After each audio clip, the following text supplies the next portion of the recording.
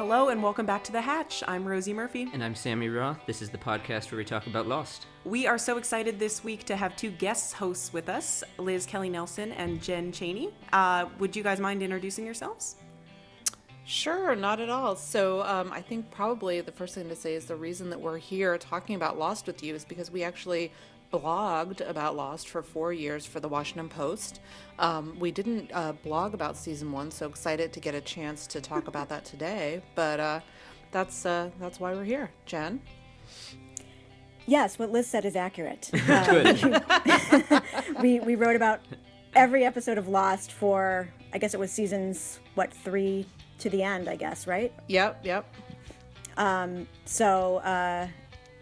we're excited to revisit it. Well, thank you guys a lot for being with us. We're going to talk about Hearts and Minds, a Boone/Shannon episode, which will stir up a lot of strong feelings, I should think, among us and our listeners. And so yeah, let's get to it.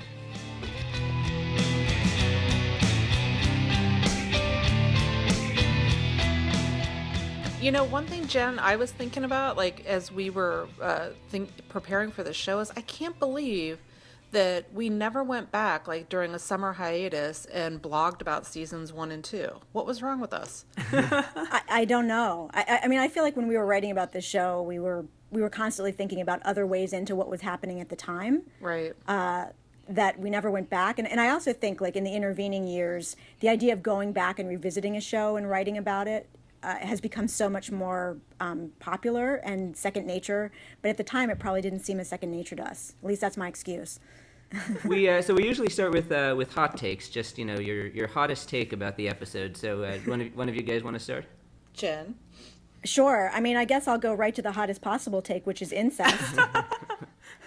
Yeah. Go on. Because this is the episode. That happened. This is the episode where we have this is the one and only episode that features a Boone flashback and really focuses on his character and what was going on with him prior to the crash. And this is when we begin to understand that his feelings for his sister are a little more Lannister than you might have initially thought. And we actually see them hook up with each other in Australia prior to, you know, the whole crash happening. And at the time, that was really... I mean, I guess it's still kind of weird and taboo and strange, but, you know, I mentioned Game of Thrones earlier. I mean, relatively speaking, it's like, they aren't blood relation. No big deal. Yeah, right. And there's that scene earlier where Well, they make very clear, just so you know, they're not blood relation. Yeah. Exactly. Yeah. Major. Right. And even on Game of Thrones, it's, like, not a big deal anymore. At least, like, that's the takeaway, you know, in this latest season. But, you know, I like to think of a younger George R.R. Martin watching Lost and possibly thinking about Getting different inspired. ways of... getting inspired, right. Oh, jeez. I'll throw in a hot take here, which is that somehow, despite the incest, the Boone story in this episode is just not that interesting. Both in the flashback and on the island with the hallucination paste, it's like, I remember it not being that compelling the first time, but now when you know that, you know, Shannon doesn't really die and she's not there and none of it's real, I just found it... There are things I liked about this episode, but that was just especially uninteresting to me, despite the incest. So I'll add that to the mix. Yeah, I think it's interesting. Like, my biggest hot take perhaps is maybe more my own personal reaction to the show and watching the show, which is probably something that Sammy and Rosie, you guys have already talked about a lot, is just like kind of like the newness of the characters. I mean, in season 1, it's just there's so much that we don't know about them yet, and kind of looking back with eyes and memories of like the subsequent run of the show, just like seeing Jack and Kate kind of getting to know each other, seeing, you know, Hurley in his early days, you know, kind of doing his, like, you know, his shtick with Jen. It's all kind of like, it just feels like they're very virginal and naive. Yeah, at the same time, though, what I love about it is that you feel like you know these characters, or you have an understanding of who they are very early on, and you become attached to them very quickly. And I think some people would say, well, that's because a lot of these characters are archetypes and they were sort of drawn in that way. But I think the writers and everybody who worked on the show sort of colored them in ways that made them really vivid. And Hurley, to me, is a great example of that. Like, you feel like the first time you hear Hurley say dude, you're like, oh, I kind of know who this guy is. And then you get to know him more and you understand more of his backstory. But they're just, there are certain characters that you just instantly like, and he's one of them. Yeah, my favorite part of this episode was Hurley and Jin on the beach, and Hurley, having been stung by the sea urchin, just shouting, "Pee on it! You gotta pee on it!" Which I laughed if you yell out louder, he'll loud. understand English. Yeah, that was He awesome. was way too insistent about the pee. You gotta wonder what Jin thinks this man is yelling at him, and it's probably not "pee on it," but I got a really good Right. laugh. In terms of forming an attachment to the characters, just so we start to get into the meat of it here with Boone. Jen, I'm curious if you felt that way with Boone, because at least for me, I have not found Boone to be especially relatable or identifiable, and I don't think I really did any more after this episode. I can hear Liz laughing as I prepare my answer. Oh, is Liz not a Boone fan either?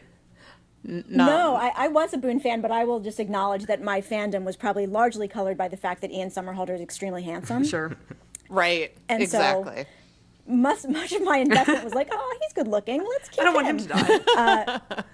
But I think that that you're right, and that the writers realized fairly quickly, like, we're not sure what to do with this character, and there may not be much story to tell, which is why he's, I think, the first major character that gets killed off on the show in just a few short episodes from now, and why at the time it was shocking, only because characters that seem so integral don't die usually in the first season of a show, but for the reasons you're kind of alluding to, just didn't seem like there was, like, he existed sort of to be in opposition to Shannon, and there was only so far, I guess, that they were going to be able to go with that. Yeah, we were tweeting on the Hatch account about how you guys were going to be on, and we were going to be talking about Hearts and Mind, and got several interesting comments about Boone that were kind of the same genre of, well, gee, what would Boone have been like if he hadn't fallen under Locke's sway, and if that hadn't been the route of his character? And people were saying, oh, he had a big heart, he clearly wasn't a leader, he seemed like he had potential, but nobody was really sure what would have become of him if it hadn't just been this sort of protege relationship that gets him killed. And I think that's a fair point, and I'm curious what you all think about it.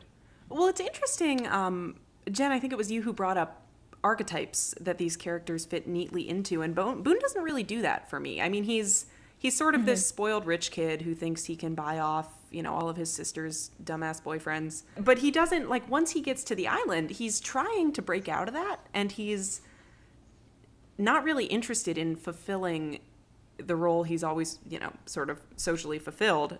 He really does seem interested in growing and contributing and being something different than he was before, but he never really gets the chance to define that, except sort of as Locke's sidekick, which does not go well for him. Yeah, no, Rosie, I think I agree with you. Like, I think I would actually have liked to see Boone's character develop a little more. I mean, I agree with Jen. He was handsome. I don't know that, lined up against the other handsome actors on Lost, that he would have been the one that I would have, picked to, do deeper analysis with. But I do think that there is something to be said for what Rosie was getting at, is that he, was this entitled rich kid who was a COO. He mentions in this episode at some point, rattles off that Of his title. mom's company when he was 23 or Of his something. mom's. Exactly. And so you kind of get an idea of, like, who this dude is, much like you do with Hurley with his dudes. And we started to see in this episode Boone kind of growing beyond being defined by his mother and his money. And I think there could have been a longer runway for that story arc. What do you guys think about the role that Locke plays in that? Like, is Locke the part of the reason that Boone starts to go down this path, because he doesn't see him as useless? I mean, even if Boone comes to realize in this episode that, like, something is not quite right here, and are we really going to sit and stare at this hatch for, like, days on end while everyone else is running out of food? Locke seems to be the only person interested in elevating him. Well, I think what you said, Rosie, just now is right, that, John Locke knows how it feels to have other people see you as useless. That's how he felt. That's smart. Throughout his whole life before he got to the island. And he's also a very intuitive man. And so I think he must pick up on the fact that Boone feels the same way about himself, and then he feels compelled to try to change his mind about that. But there are other characters, I think, who probably feel that way to some extent too, but for whatever reason, I think he really senses it in Boone. And that's why he, sort of adopts him, essentially. I think that's a really good point. Well, so the other person we should probably talk about is Shannon, who we see in... Sorry, giving away the... All right, I mean, that's all you needed to say, Sammy. Why, do you feel... How do you feel about Shannon watching this? I'll shut up for a second. Yeah. Pretty much the same. You know, Shannon is very much, I think, like Boone. She is the male or the female doppelganger of Boone's character, or the equal opposite. She is a poor little rich girl, but one who's, you know, doesn't happen to have like all of the money, as we find out in this episode. And I think both she and Boone were very driven in their lives off island by selfish reasons. For sure. You know, whether it was to get money, whether it was to feel good, whether it was to get the attention of their parents. And so, you know, for Shannon, and I think we certainly see this in later episodes, there's a character development there as well, where we see her kind of growing beyond this and realizing that she can be a kind and a good person. And I think that that's what Saeed starts helping her realize, is that, like, there's more to me than this, you know, party girl who, like, thinks that she is defined by money and by the attention of men.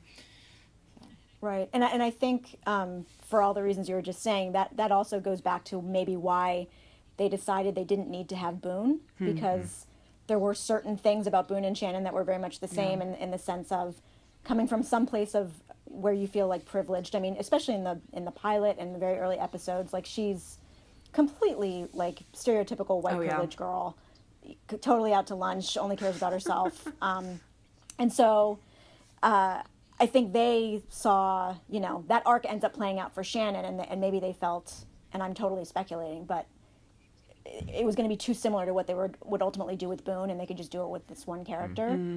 But yeah, in this episode, she's not likable at this point.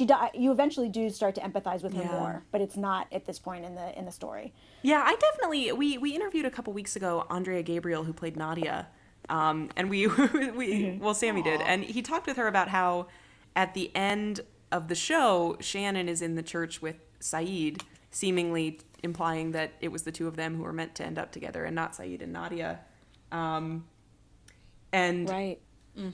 I forget if you'd asked her or if she just said this, but she ended up saying basically, like, I resent that. Like, Shannon, come on, you know? And I felt that way during this episode too, because Saeed's one of my favorite characters who I, you know, in this society would have had a ton of respect for. And I was basically feeling like, come on, man. Even if she can be helpful to you. I think it's important to put this in the cultural context of the time, which, you know, this first season was airing 2004, 2005, which was not that long after 9/11.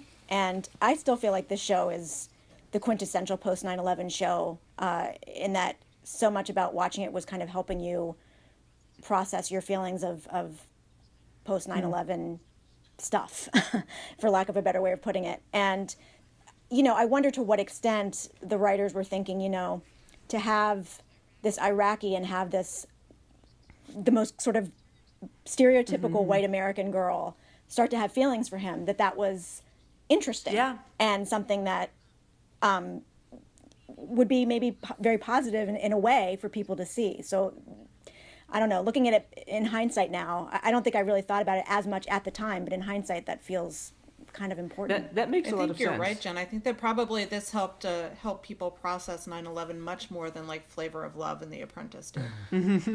Well, Well, people always say the post 9/11 show was 24, and to me, Right. I mean, that's it one was, way in, but- but I feel like Lost was deeper, looking at, you know, multiculturalism and fears of terrorism, which Saeed certainly represents that in certain ways, like this idea of this figure that Americans were afraid of, and then he's not someone to fear at all. So I don't know. That's a whole separate conversation for a separate podcast. I think you guys are right on with that, and I just wanted to mention over the last 2 weeks we had the first couple parts of an interview we did with David Fury, who was one of the writers and who wrote Saeed's episode Solitary, and then also later was one of the lead writers at 24, and he had a really interesting commentary on that, was that he said, yeah, we felt like post 9/11 we needed to have, you know, the Muslim character on the island, and needed to, you know, be really careful about what his role was and how he was portrayed, and, you know, basically he said he thinks they did a much better job with Saeed on 24 than they did with the Muslim characters, or Saeed on Lost and the Right. Muslim characters on 24, which I think he's right about. Yeah, so Jen, I think you're spot on. And do you think, I mean, at this point, do you think Saeed is actually like trying to help Shannon grow? Like, is he actually in this to say like, hey, you know, you can participate, you can help, even if you think you can't? Or is he just, you know, does he just want to spend time with this pretty girl? Or does he just want her, you know, ostensible French skills? Like, what are his motivations here? Well, you know, I mean, again, like, you know, if we think about the fact that, like, Saeed is ultimately, as we know in the end, I think, you know, a good character. Like, if we can identify one character who can be ultimately defined. And we know that, you know, Shannon, as we said, her story arc, or her character arc, is that ultimately she kind of grows out Yeah. of and sheds the skin of this, you know, kind of brainless party girl.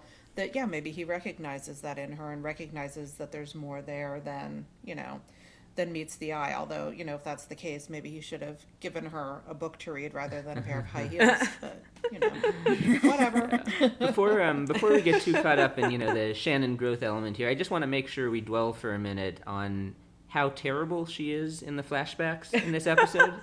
I mean, I had actually completely forgotten that she was pulling this, that there was this whole story where she's pulling this scheme to continually defraud Boone out of money by playing on his feelings for her. And they, I mean, you brought up the incest bit as, you know, hot take, but also, like, how horrible is that she did that to Boone just, you know, to get out of the doghouse with him? I mean, she's really, really bad.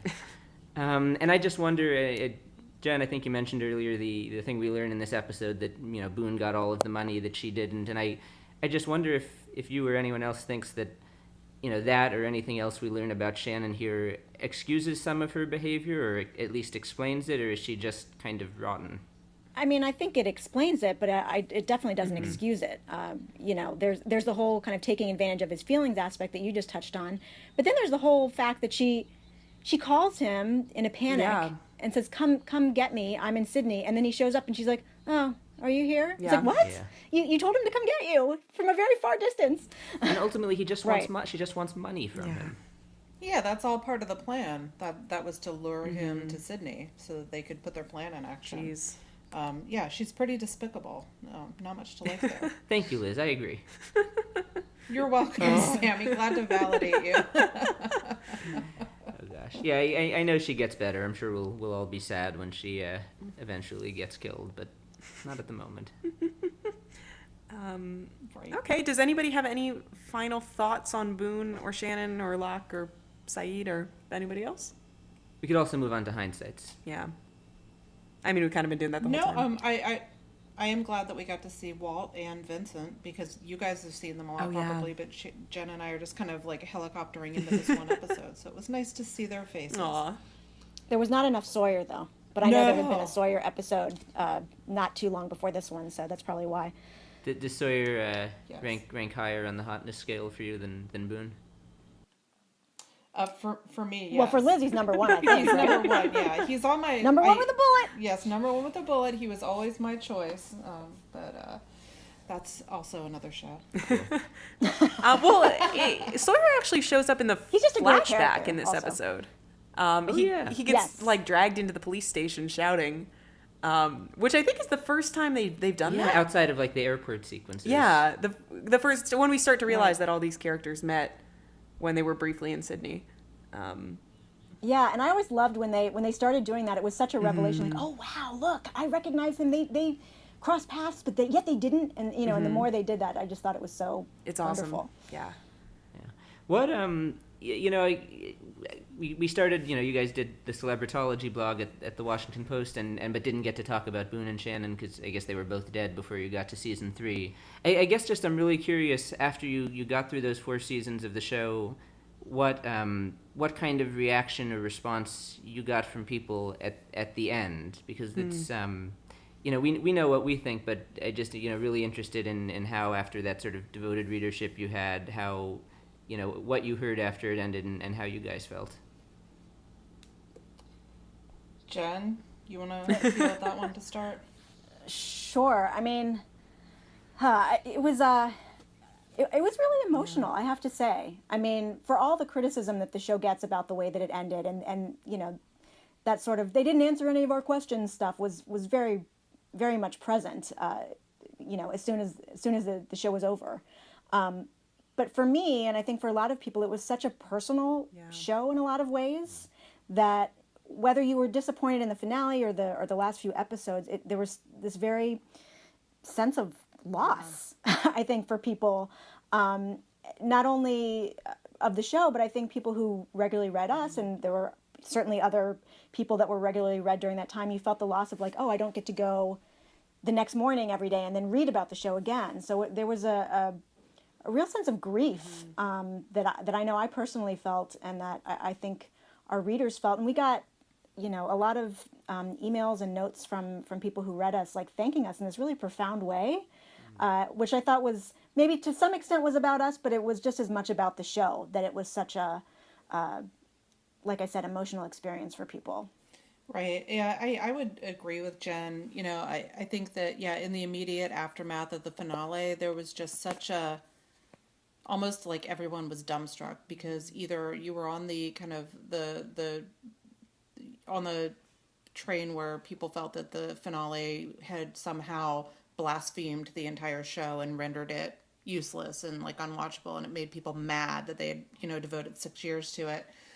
Or you were just like out and out sad because, to Jen's point, we were done with this amazing set of characters. They weren't there for us each week anymore.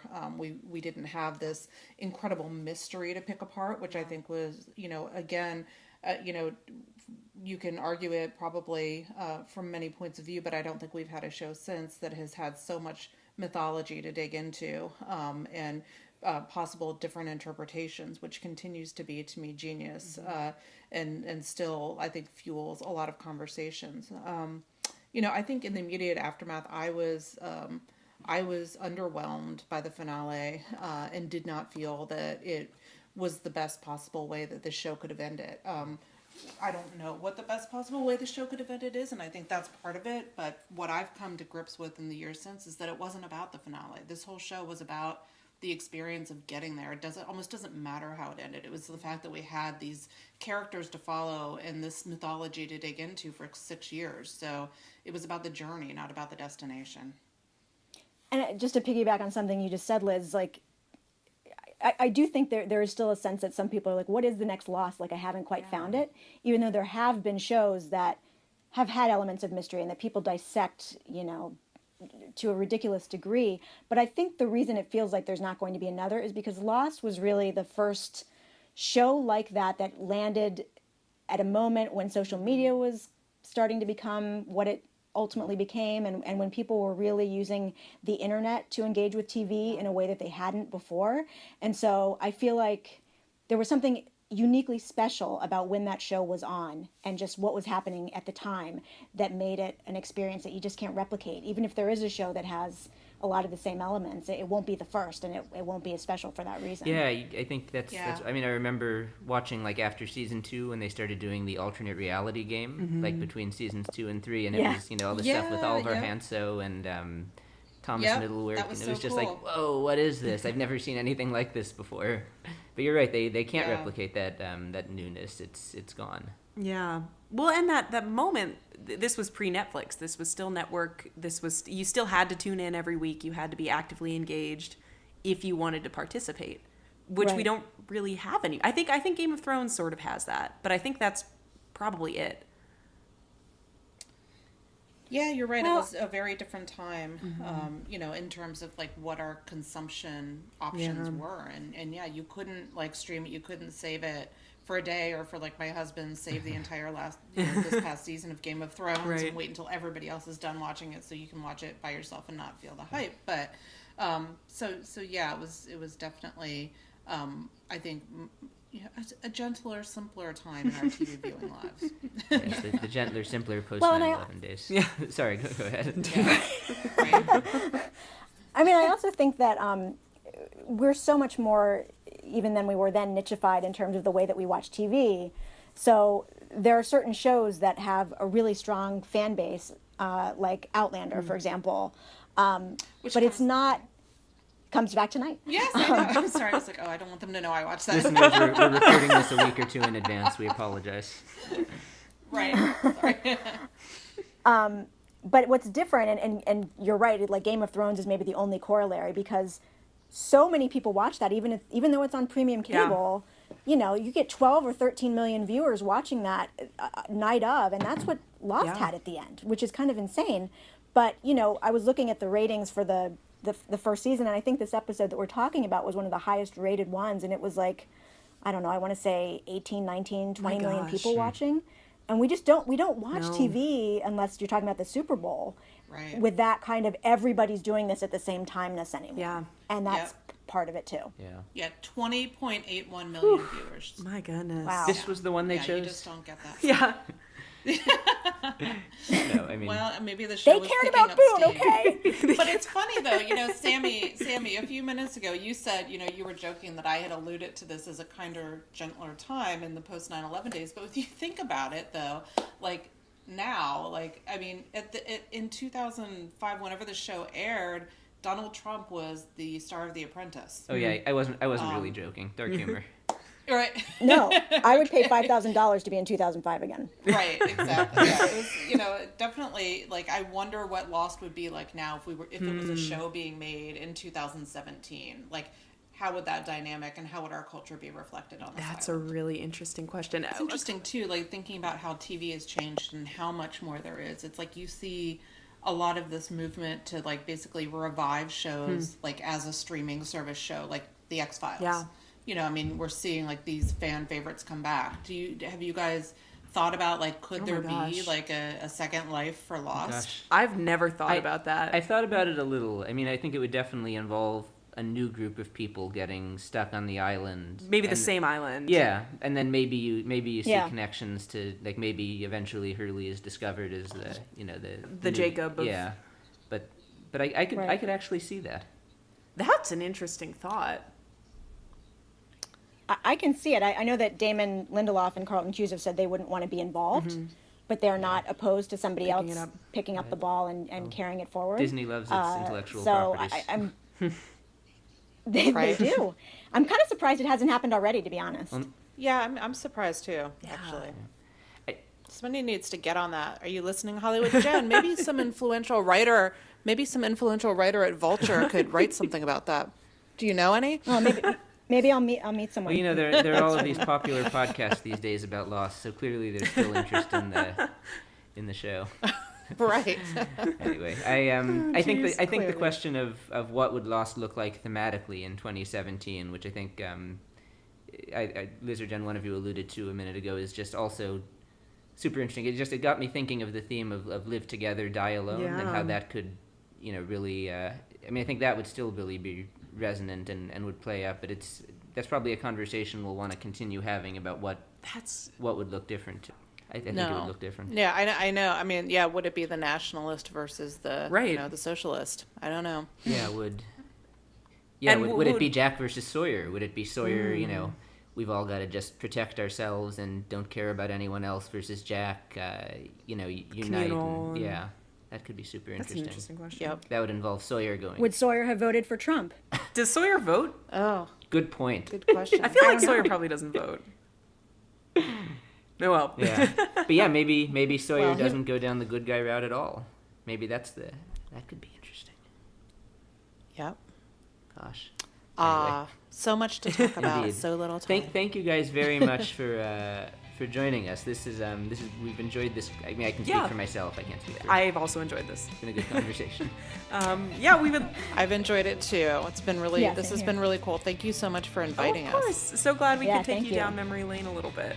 Yes. We'll be back next week. We'll oh gosh, what's next week? Special. Yes, we'll have more from David Fury, who wrote that episode as well, and get all into Walt and Michael. So stay with us. Yes, as always, we are on Twitter at The Hatch Podcast, Facebook.com/The Hatch Podcast. You can call us and leave us your hot take via voicemail. Liz, Jen, you guys are welcome to do this anytime if you really get inspired.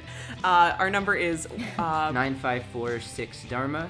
9546 Dharma. If you're out of the United States, feel free to send us a voice message on Facebook. As you discovered, this episode will also sometimes read your tweets if you tweeted us. Music. Our theme music is by Andy G. Cohen. Our cover art's by Danny Roth, and we'll be back next week. Namaste.